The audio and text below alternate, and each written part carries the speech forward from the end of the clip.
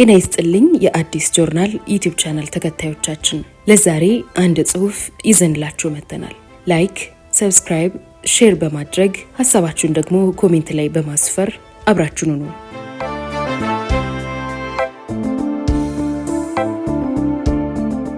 የኢትዮጵያን የጦር መርከብ ማን ሰረቃት? ከሞት ጋር ትግል በጨው ባህር፣ በጉታንዲቃ ከሳሌ መጽሔት የተወሰደ ክፍል 2።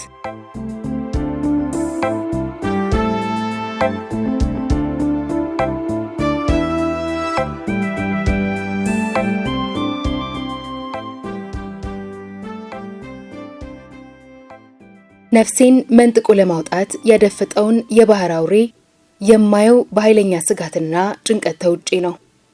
ልቤ በኃይልና በፍጥነት ይመታል። ትንፋሼ ምልክት እንዳይሰጥ ልቆጣጠረው ብሞክርም አልተቻለኝም። ሰውነቴም ይንዘፈዘፋል። እየፈራው መዋኘቴን ቀጠልኩ። ትንፋሼን ውጬ ወዳደፈጠው የባህር አውሬ እይታዬን ላኩት። ከቀድሞ ቦታው የለም። ዙሪያዬን ቃኘሁት። የተገኝቶ ለካ ራሴ ጫርኩት እሳት ኖሯል። እኔ ነው ያስጨነቀኝ። ፍርሃቴ መልሶ አሳቀኝ። ሌሊት አካባቢ ማዕበሉ እየባሰበት ሄደ። በዚያ ላይ ብርድ ያንቀጠቅጠኝ ጀመር። ጥርሶቼ ያለ ውዴታቸው ይንገጫገጫሉ። ሳልፈልግ እል ጀመር። እንደ ናዳ ድንጋይ የሚገጨኝ ውሃና ቅዝቃዜ ስቃይን አባሰው። መሞቴ ላይ ቀር ለምን ስቃይን አበዛለሁ? ቶሎ መገላገል አለብኝ አልኩና የህይወት ማዳኛ ጃኬቴን ለመፍታት እጄን ሰደድኩ። በመሃሉ በዚያን ሰሞን ያነበብኩት ፓፒሎን የሚለው መጽሐፍ ታሪክ ታወሰኝ። ታሪኩ ባጭሩ እንዲህ ነው። አንድ ፈረንሳዊ ወጣት በጉልበት መንገድ ላይ ልጃገረድ ደፍራል የሚል ክስ ተመስርቶበት የዕድሜ ፍታህ ፍርድ ይከናነባል። ህይወትህ እስካለሽ ድረስ ዓላማ ይኖርሃል የሚለውን የፈረንሳዮቹን አባባል መመሪያው ያደረገው ይህ ወጣት ተሳክቶለት በስተርጅና ዕድሜው እስካመለጠ ድረስ ያለማቋረጥ ከእስር ቤት ለማምለጥ ሲሞክር፣ ሲነቃበት፣ ሲያመልጥ፣ ሲያዝ፣ እስራቱና ስቃዩ ሲጠብቅበት ብዙ ዓመት ኖሯል። ከእስር ለማምለጥ የሚሞክረው ለምንም አይደለም። ዋናው ዓላማው ከዚህ እስር ቤት ወጥቶ በውሸት ህይወቱን ያበላሹበትን ሰዎች አንድ በአንድ ህይወታቸውን አበላሽቶ ከነሱ በኋላ ብዙም አይደለም የ10 ደቂቃ ህይወትን ለመኖር ነው። 10 ደቂቃም ህይወት ነች። እውነት በውሸት ላይ የበላይነቷን ስትቀዳጅ ከማየት በላይ የሚያረካ ምን አለ ይላል። እኔም 10 ደቂቃም ብትሆን ህይወት ናት በማለት የህይወት ማዳኛ ጃኬቱን ሊፈታ የነበረውን እጄን ሰበሰብኩ። ሁለት ሐሳቦች አሁንም ይፈራረቁብኛል። ሞቴን ማፋጠንና 10 ደቂቃም ህይወት ናት የሚለው። ስቃዩ ሲበዛብኝ፣ ማዕበሉ ሲያንገላታኝ ሞቴን፣ የመጽሐፉን ተዋናይ ሳስብ ህይወቴን። በቃ አስቸጋሪ ምርጫ ሆነብኝ። ከቀኑ 4 ሰዓት ጀምሮ ያለምንም እረፍት ስወራጭና ስዋኝ ስለዋልኩኝ ሰውነቴ ደክሟል። የእጄና የእግሬ መገጣጠሚያዎች ቀዳዳቸው ተገሽልጧል። የማቃጠል ህመም ይሰማኛል። ህመምና ስቃዩን ለመርሳት ስል ስለ ዋናው አዛዥ ማሰብ ጀመርኩ። ይህን ሰውዬ አውቀዋለሁ ወይንስ አላውቀውም ብዬ ራሴን ጠየቅኩ። በአብዛኛው ደግነታቸው ውስጥ ጭራቅነታቸውና ጭካኔያቸው ታየኝ። ከዚች ሀገር ራሱን ብቻ ለማውጣት እንዴት በ12 ሰዎች ላይ ሞት ይፈርድብናል? አውሬ፣ አረመኔ ብዬ ጮኩ። ደግሞ እሱ የራሱን ዓላማ ለማሳካት ማንኛውንም መንገድ መጠቀም መብቱ እንደሆነ ታወሰኝ። በእርግጥ ሰውየውን አላውቀውም ነበር አልኩ። አንድ ወቅት አብረን እየጠጣን ስለ ሰው ተነሳ። የለም እሱንማ በደንብ ነው የማውቀው አልኩ። ሰውን አውቀዋለሁ ከማለት በፊት 100 ኪሎ ጨው አብራችሁ ብሉ ይላል። ይህ የሩሲያኖች አባባል ነው። 100 ኪሎ ጨው ለብዙ ጊዜ ይበቃል አይደለም? ለረጅም ጊዜ አብራችሁ ቆዩ ለማለት ነው አሉኝ። ትዝ ሲለኝ እኔና እሳቸውም ይህንን ያህል ጨው አብረን ስላልበላን ስለ እርሳቸው ማሰቡን ተውኩት።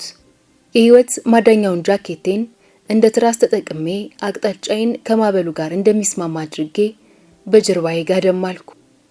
ሐሳቤን ወደ ሰማዩ አደረግኩ። በእውነት ገነትና ሲኦል ይኖር ይሆን? ቢኖሩስ ቦታዬ የት ይሆን? ምን አስቸኮለኝ? ሲደርስ አየው የለም። ደግሞ ወደ ኮከቦቹ ሄድኩ። ደማቅ ኮከብ፣ ደብዛዛ ኮከብ፣ ቀይ፣ ብሩህ፣ አንድ ላይ የተሰባሰቡ ለብቻቸው ፈንጠር ያሉ ሕይወትን ተመስለው ታዩኝ። በዚች ቅጽበት ከፍቅረኛው ጋር ቁጭ ያለ ወይንም ተቃቅፎ የተኛ ወይም በመዝናኛ ክበብ ላይ ያለ ገና ወደዚህ ዓለም የመጡ ሕፃናት፣ እነሱን በሰላም የተገላገሉ እናቶች፣ ሕይወታቸው እንደዚህ ደማቅ ኮከቦች ደማቅ ነው። በሌላ በኩል ደግሞ እንደኔ በማንኛውም ሰዓት ለመሞት የተዘጋጁ ሰዎች፣ በጦርነት መስመር ገብተው ካሁን ሞትን ወይንም መቁሰልን የሚጠብቁ ወታደሮች፣ በጠና ታመው አልጋ ላይ የዋሉ በሽተኞች፣ ሕይወታቸው እንደ ደብዛዛው ኮከብ ነው። ታዲያ ሁላችንም ኮከብ አለን አይደለም? ስንወለድ የተወሰነልን ኮከብ፣ የዕጣችን የምንቀበልበት። ወደድንም ጠላንም ይህንን እያሰብኩ እንደ ሰመመን አድርጎ እንቅልፍ ይዞኝ ጭልጥ አለ። ለምን ያህል ጊዜ እንደተኛው አላውቅም። ብቻ በእንቅልፌ ህልም ላይ ነበር። በህልሜ ወፎች ያነጋግሩኛል። ለምን ትሞታለህ? አንተ የምትሞትበትን ጊዜና ቦታ መወሰን አትችልም። ነፍስህን መውሰድ የሚችለው የሰጠህ አምላክ ብቻ ነው። ኃይሉ የሱ ነው ይሉኝና በል በዚህ እየተሳብክ ውጣ ብለው መሬት ላይ ያሰሩትን ቀጭን ቅር ጫፉን ይሰጡኛል። በሱ ወደ መሬት መሳብ እንደጀመርኩ ከእንቅልፌ ባንኜ ተነሳው። ከእንቅልፌ ወደ እውኑ ተመልሼ ዙሪያዬን ስቃኝ የአንድ ትልቅ ከተማ መብራት አየሁኝ። ከሩቅ የት ነው ያለሁት? ወዴት አመጣኝ ንፋሱ? አሰብ እንዳልሆነ እርግጠኛ ነበርኩ። አሰብ ቢሆን ኖሮ የነዳጅ ማጣሪያው የሚተፋው እሳት ከየትኛውም አቅጣጫ ጎልቶ ይታያል። ይህ የለም። ታዲያ የትኛው የአረብ ሀገር ይሆን? ኤደንም ከ2 ሳምንት በፊት ነበርኩባት። የዚህ አይነት ከተማ አይደለችም። ኤደንንም አውቃታለሁ።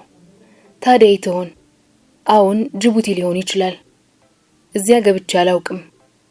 ለማንኛውም ተራራው ወደኛ ካልመጣ የሚለው የቻይናዎች አባባል ትዝ እያለኝ ወደዚያው ወደ መብራቱ መዋኘት ጀመርኩ። ከጥቂት ጊዜ በኋላ እየቀረብኩት መጣሁ። መርከብ ነው። የንግድ መርከብ። ትንሽ ወደ ጎን እንዳልኩ የሶቪየት ህብረት የንግድ መርከብ መሆኑን ተረዳሁ። መርከበኞቹ ተሰብስበው አሳ ያጠምዳሉ። በመጀመሪያ በመልቁ ተንጠላጥዬ ለመውጣት አሰብኩና ይመቱኛል ብዬ ፈራው።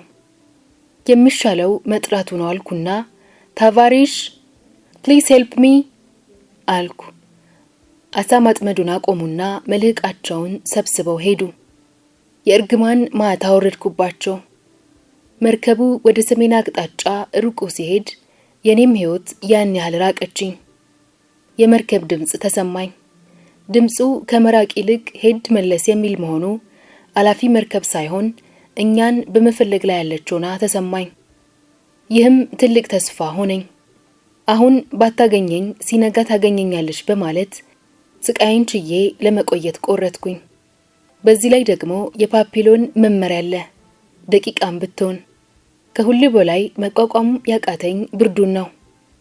ወደ ንጋት እየተቃረበ ሲሄድ ብርዱ በጣም ጠነከረ። በዚህን ሰዓት ለ10 ደቂቃ እሳት ዳር ቁጭ ብዬ መሬቱን ረግጬ አፈሩን ጨብጬ በመስኩ ብዬ ተመኘው። ወደ ምስራቅ አድማሱ ላይ በርበሬ መስሏል። ከዚህ አካባቢ ከጥቂት ጊዜ በኋላ ጀንበር ትወጣለች። አዲስ ቀን፣ አዲስ ጀንበር፣ የተስፋ ብርሃን። በቃ በሰላም ከነጋማ በፍለጋ ላይ የተሰማራችው መርከብ ከስንትና ስንት ርቀት ስለምታየን ጧት በቀላሉ እየተለቀምን እንወጣለን ብዬ አሰብኩ። በዚህ ተስፋ ተሞልቼ ንጋቱን በተስፋ መጠበቅ ጀመርኩ። የሚቀጥለው ብርሃን የተስፋ ብርሃን ነው። በሱ እርዳታ እንወጣለን። ብርዱን አባሮ ሙቀት ይሰጠናል። ቶሎ እንድትወጣ ፍላጎቴ ቢሆንም እሷ ግን ሰዓቷን ጠብቃ ከምስራቅ አቅጣጫ ብቅ አለች። ወዲያው ፀሐይ ከመውጣቷ እኛን የምትፈልገን መርከብ ወደ ሰሜን እኔ ባለሁበት አቅጣጫ መጣች። ምንም ጥርጥር የለውም አይታኝ ነው አልኩኝ። አዲስ የመኖር ፍላጎት፣ አዲስ ተስፋ በውስጥ ያቆጠቆጠ። ከሰሜን ወደ ደቡብ ማታ ትቶኝ የሄደው መርከብ ወደ እኔ መጣ። ከሱ ምን ይጠበቃል? ማታም ጨክኖብኝ የለ የኔ ተስፋ እያልኩ የጦር መርከቧን በጉጉት ተመለከትኩ። እኔው ጋር ሊደርሱ ትንሽ ሲቀራቸው የጦር መርከቧ ለትራፊክ ሲባል ቀኟን ለመያዝ ስትል አቅጣጫዋን ቀየረች። የሶቪየት የንግድ መርከብ በሜትሮች ርቀት ላይ እያየኝ ሲያልፍ የጦር መርከቧም እሱን ዞሯ ወደ አንድ አቅጣጫ ሲያቀኑ በቅርብ ርቀት ላይ የነበረች ብትሆንም ሳታየኝ አለፈች። ሁለቱም መርከቦች ወደ አንድ አቅጣጫ ነጎዱ። የኔም ተስፋ አብሮ ነጎደ። አትዳኝ ያላት ነፍስ። አሁን ያለሁት ከድንጋያማው ደሴት ደቡብ ምስራቅ ነው። ትላንት የነበርኩት ከደሴቷ ሰሜን ምስራቅ ነበር። ሌሊት መጠነኛ ንፋስ አቅጣጫ ለውጥ ነበር ማለት ነው። ማዕበሉ አሁንም እንደ ትላንቱ ነው። ተራራ ሰርቶ ይመጣል። ሌላ ተራራ ከኋላው ይከተላል። አንዱ ተራራ ብድግ አድርጎ ከጉድጓድ ከቶኝ ያልፋል። የኋለኛው ተራራ እስኪደርስብኝ ድረስ በሁለት ተራሮች መካከል ቆያለሁ። ያም አንስቶ እንደገና ከሸለቆ ይከተኛል። ተራራ ይመጣል፣ ተራራ ያልፋል። ከኋላ ሌላ የውሃ ተራራ ይከተላል። የማያቋርጥ ድግግሞሽ። ከዚህም በኋላ መርከቧ ወደዚህ አካባቢ አልደረሰችም። እሷ የምትፈልገን ትላንት ከተጣልንበት አካባቢ ሲሆን እኛ በንፋስ ተገፍተን ስንትና ስንት ርቀናል። ከጧት ጀምሬ ደሴቷ ላይ ልወጣ እያልኩ አስብና ጉዜን ወደዚያው ሳደርግ እሷ ደግሞ ከሌላ አቅጣጫ ወደ እኔ ስታመራ አያታለሁ። ደግሞ ወደ እሷ መለሳለሁ። ትመጣና እኔን ሳታይኝ ወደ መጣችበት ትመለሳለች። ወደ አንዱም ሳልሆን ለሁለተኛ ጊዜ ፀሐይ አዘቀዘቀች። ውሃ ጥም ሊገለኝ ነው። ውሃ ላይ ሆኜ ውሃ ጥም። የደረቀው ጉሮሬን ለማርጠብ ስጎነጨው ጨው እየመረረኝ ይወርድና ያራሰኝ ይመስላል። አሁንም ትንሽ ቆይቶ ይጠማኛል። እንደገና ጎነጫለሁ። ጨዋማው የባህር ውሃ ካፌ ጀምሮ እያቃጠለኝ ይወርዳል። የማያቋርጥ ግን አንዳንድ ጉንጭ ለመጎንጨት ፋታ የሚሰጥ ጥማት። የምግብ ፍላጎቴ ግን ሞቷል። ትላንት ቁርስ የበላው እስካሁን ምንም አላለኝ። ፍላጎቱ ባይኖርም ሰውነቴ በዚህ በማያቋርጠው እንቅስቃሴና በምግብ እጥረት ዝሎ በመጨረሻም ለሞት ያደርሰኛል ይሆናል ብዬ ሰጋው። በዚህ መሃል አንድ የባህር ተክል ሲንሳፈፍ አግኝቼ አጣጥሜ በላሁት። ሊርበኝ ይችላል በሚል ፍራቻ ብቻ። በዚህ አይነት ሁኔታ ሳለው ወደ 11 ሰዓት መርከቧ ከኔ በስተግራ በግምት ከ2 ማይል ላይ ሰው ስታነሳ ተመለከትኩ። መርከበኞቹ እሱን እያወጡ በእጃቸው ወደ እኔ ሲያመለክቱ አየዋቸው። አዲስ የመኖር ተስፋ፣ አዲስ የሚቀጥል ህይወት፣ ሞቶ እንደመነሳት ወይንም እንደገና መወለድ። ባለኝ ኃይል ሁሉ ወደ እሷ ዋኘው። እሷም ወደ እኔ ቀዘፈች። አይ አምላኬ፣ በቃ ልውጣ ነው። እንደገና ኑሮዬን ሀብዬ ልጀምር። ከጓደኞቼ ወዳጅ ከዘመዶቼ ልቀላቀል። የባህር አውሬ ሳይበላኝ ይህንን ሁሉ ሰዓት ቆይቼ በደህና ልወጣ። በቃላት መግለጽ በወረቀት ላይ ማስፈር የማይቻል የደስታ ስሜት ነበር በውስጥ የተሰራጨው። ለእርዳታ የመጣልኝን ባህር ጠላቂ ሳላስቸግር በራሴ ጉልበት እየዋኘው ከመርከቧ ላይ ወጣሁ። በዙሪያዬ ይዞኝ የከረመ የውሃ ግፊት ወይንም ፕሬዠር ከላይ ላይ ሲነሳ ሰውነቴ እንደ ገለባ ቀለለኝ። ሚዛኔን መጠበቅ አቃተኝ። ከዚህም በኋላ ነው ሰዎች እየደጋገፉ ወደ መኝታ የወሰዱኝ። እርዳታ ሰጪ መርከቧ ላይ ከወጣው በኋላ ቀደም ሲል ከልዩ ልዩ ቦታ ተለቃቅመው መርከቧ ላይ ከሚገኙት ጓደኞቼ ጋር ተገናኘን። ግማሾቹ ታመው እንኳን ጓደኞቻችን ይኑሩ ይሞቱ ሳይታወቅ ሐኪም ቤት አንተኛም ብለው የሚንከራተቱ ነበሩ። ገና እኔ ከመውጣቴ ፈይሳስ እያሉ ጠየቁኝ። ምን ነው እኔ ሰው ለመርዳት ስቀር እሱ ከናንተ ጋር ሄዶ የለም ብዬ ጠየቅኳቸው። አዎ አለኝ የመርከቡ ቴክኒሻን።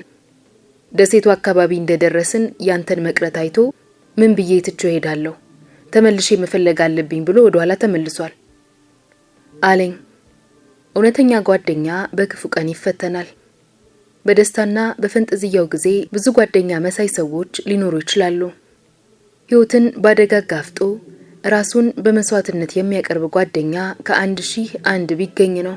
እኔና ፈይሳ ከአንድ ትምህርት ቤት በአንድ ጊዜ እንቀጠር እንጂ ቁጥራችንም ተከታታይ ቢሆንም በትምህርት ቤት አንተዋወቅም። ከቤተሰብ ተለይተን ከወጣን ወዲህ ግን በክፉም በደጉም አንድ ላይ ነበርን። አንድ አይነት ሙያ መርጠናል። ሙያችን ደግሞ የበለጠ አቀራርቦናል። ቢሆንም በዚች ቀን ፈይሳ ለኔ የዚህን አይነት መስዋዕትነት ለመክፈል ዝግጁ መሆኑን አላወቅኩም ነበር።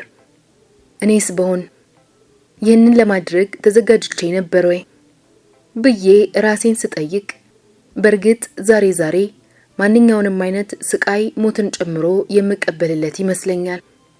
ከዚያ በፊት ግን እንጃ፣ መናገሩ ይከብደኛል።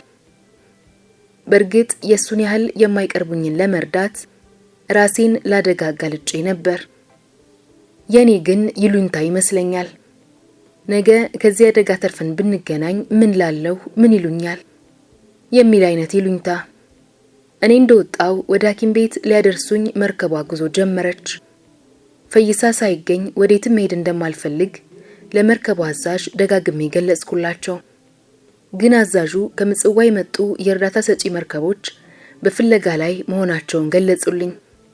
ቢሆንም ጥቂት እንደተጓዝን ከአንደኛዋ መርከብ ጋር በሚያደርጉት የሬዲዮን ግንኙነት እዚህ ጋር አንድ የሞተ አግኝተናል፣ እስካሁን ያልተገኙት 2 ሲሆኑ በሕይወት ይኖራሉ የሚል እምነት የለንም ሲሉ ሰማሁና ጮኩ። የለም፣ ፈይሳ በሕይወት ይኖራል፣ ፍለጋው መቀጠል አለበት አልኳቸው። እሺ ብለው ያጽናኑኝ እንጂ ሁሉም መርከቦች ወደ ቤት ጉዞ ጀምረው ነበር። ለመጨረሻ ጊዜ በተደረገው ማጣራት ባህር በገባ በ33ኛው ሰዓት የመጨረሻው ፈይሳ ተገኘ። በዚህ አደጋ 2 አባሎቻችን ሲሞቱብን የቀረነው በተለያየ የአደጋ መጠን ላይ ብንሆንም ተርፈናል። ቢሆንም በአንዳንድ ሁኔታ ሞትን የሚያስመኝ ሁኔታ ተፈጠረ። እንደ ቤታችንም የሥራ ቦታችንም የነበረችው መርከብ ያለንን ሁሉ ይዛ ሄዳለች። ወደ ባህር ስንገባ ከነበረን ዩኒፎርምና የውስጥ ሙታንታ በስተቀር የቀረን የለም። ያን ሁሉ የጨው ውሃ ጠጥተን ስንወጣ ቅያሬ ከየት ይምጣ? ምን ልብሰን እንተኛ? ሰውነታችንንስ እንዴት እንታጠብ? ልብሳችን ላይ የደረቀው ጨው መላው አካላችንን በተለይም የቆሰለ ቦታ ላይ ያቃጥለን ነበር። ችግራችን ችግር ነው። ባህር ኃይሉ ግን ከዳር ቆሞ ይመለከታል። ምንም ያደረገልን ነገር የለም። ቢቸግረን ለሚቀርቡን ለምንቀርባቸው ችግራችንን ማዋየት ጀመርን። ከቡና ቤት ሰራተኛ እስከ ሀብታም ነጋዴዎች፣ ከተራ ወታደሮች እስከ መኮንኖች፣ ከባህር ኃይል አባላት እስከ አየር መቃወሚያ ያሉት አባሎች ተረባርበው ከችግራችን መንጥቀው አወጡን። እንኳን አተረፋችሁ ሊለን የመጣ ሁሉ ስለ ሁኔታው ይጠይቀናል። እነግረዋለን። በጥሞና ካዳመጠ በኋላ ለእናንተማ ሹመት ይጠብቃችኋል፣ ሜዳሊያ እንኳን ባይሰጧችሁ ይለናል። ምን አደረግን? ራሳችንን ከማዳን በቀር የፈጸምነው ጀብዶ የለም ስንላቸው እኔና ፈይሳን በተለይ እናንተማ ከማንም በላይ ዋና እየቻላችሁ ለሰው ስትሉ ያንን ያህል መሰቃየታችሁ ሹመቱ ሲያንሳችሁ ነው ይሉናል። እኛ ግን ቤታችንን አላጣነውም። ነገሩ በዚህ ሳለ አንድ መርማሪ ቡድን ከባህር ኃይል ጠቅላይ መምሪያ፣ ከአስተዳደር፣ ከፖለቲካ፣ ከደህንነትና ከመረጃ የተውጣጡ አሰብ ይደርሳሉ። በነጋታው ቃለ መጠይቆችን ያደርጉልን ጀመር። እያንዳንዳችንን ይጠራሉ፣ ስለ ሁኔታው ይጠይቃሉ፣ በቴፕ ይቀዳሉ፣ በጽሑፍ ይይዛሉ። ሁሉም ያየውንና የሰማውን አንድ አይነት ስለሆነ ሁሉንም ነገርናቸው። በወቅቱ ጉሮሮዬና አንገቴ አካባቢ ቆስሎ ስለነበር የመናገር ችግር ነበረብኝ። ስለዚህም በቴፕ ክር የተገለበጠ ነው በማለት ለፊርማ ጠሩኝ። ሲነበብልኝ ግን ፍጹም ያላልኩት ቃል ተገኘበት። የዛ ቃል መጨመር ምናልባትም የባህር ኃይሉን ቢሮክራሲ ከበላይ አለቃ ወቀሳ ለማዳን ይመስለኛል። እኔ ግን ቃሉ የኔ ባለመሆኑ አልፈርምም አልኩኝ። ኮሚቴውና የኮሚቴው መሪ ተናደዱ። ገና ወደ ግባችን ደረስን ስንል ጋሬጣ ትሆንብናለህ አሉኝ። አይ ለሱ ሳይሆን አላልኩማ። ያላልኩት ጉዳይ ለእናንተስ ምን ይጠቅማችኋል አሉ። ሁለተኛ ቃሉን ይስጥ ተባልኩና እንደገና ቃሌን ለመስጠት ቀረብ። ከዚህ በፊት ከቀረቡልኝ ጥያቄዎች በተጨማሪ ለምን የተከፈለው መስዋዕትነት ተከፍሎ መርከቧን አላስቀራችሁም ብለው ጠየቁኝ። አንድ በጎ ነገር ከሱ የጠበቅኩት ኮሚቴ እንደዚህ አይነት ጥያቄ በማቅረቡ በጣም አናደደኝ፣ አሳዘነኝም። መልሱን መመለስ ግዴታ ስለነበር መልሱን መለስኩ። በመጀመሪያ ደረጃ የአንድ ሰው አመራር ብላችሁ ለአዛዡ የፈላጭ መብት ሰጣችሁት። ካድሬዎች የዕለት ትዕዛዞች በሙሉ መስማት እስከሚሰለቸን ድረስ የበላይ ትዕዛዝ ለበታች ሕግ ነው ብለው አስተማሩን። የሱ ውረዱ ማለት ለኛ ሕግ ነበር፣ ፈጽመናል። ከዚህ ሌላ ለራሳችን መከላከያ ሆነ ለሌላ ጉዳይ የነፍስ ወከፍ መሳሪያዎች ያሉት በዋና አዛዥ መኝታ ቤት ነው። በሌላ በኩል ደግሞ የመርከቧን ስትራክቸር በአይነ ህሊናችሁ ያዙና አዛዡ የነበሩበትንና እኛ ደግሞ የነበርንበትን አስቡ። እናንተስ ብትሆኑ ለእንደዚህ አይነት መስዋዕትነት ዝግጁ ናችሁ? ታዲያ ይህ ሰራዊት ወይንም መርከበኛ እንደ ሳትራት በእሳቱ ዙሪያ እያንዣበበ ተራ በተራ ወደ እሳቱ ገብቶ ተራና የማይረባ ሞት እንዲሞት ነው ወይ? ለመሆኑ አዛዡ አመጸ ብሎ ሰራዊቱ ወይ ገሎ ወይ እጃቸውን ይዞ ቢመጣስ ኖሮ ማን ያምነው ነበር አልኳቸው። በነገሩ ላይ ያመኑ መስለው ጭንቅላታቸውን እየወዘወዙ በሆዳቸው ቂም ይዘው ሄዱ። እኛም ለመንግስታችንና ለክፍላችን ያለን እምነት ከውስጣችን ወጥቶ ሄደ። ለዛሬ አበቃን።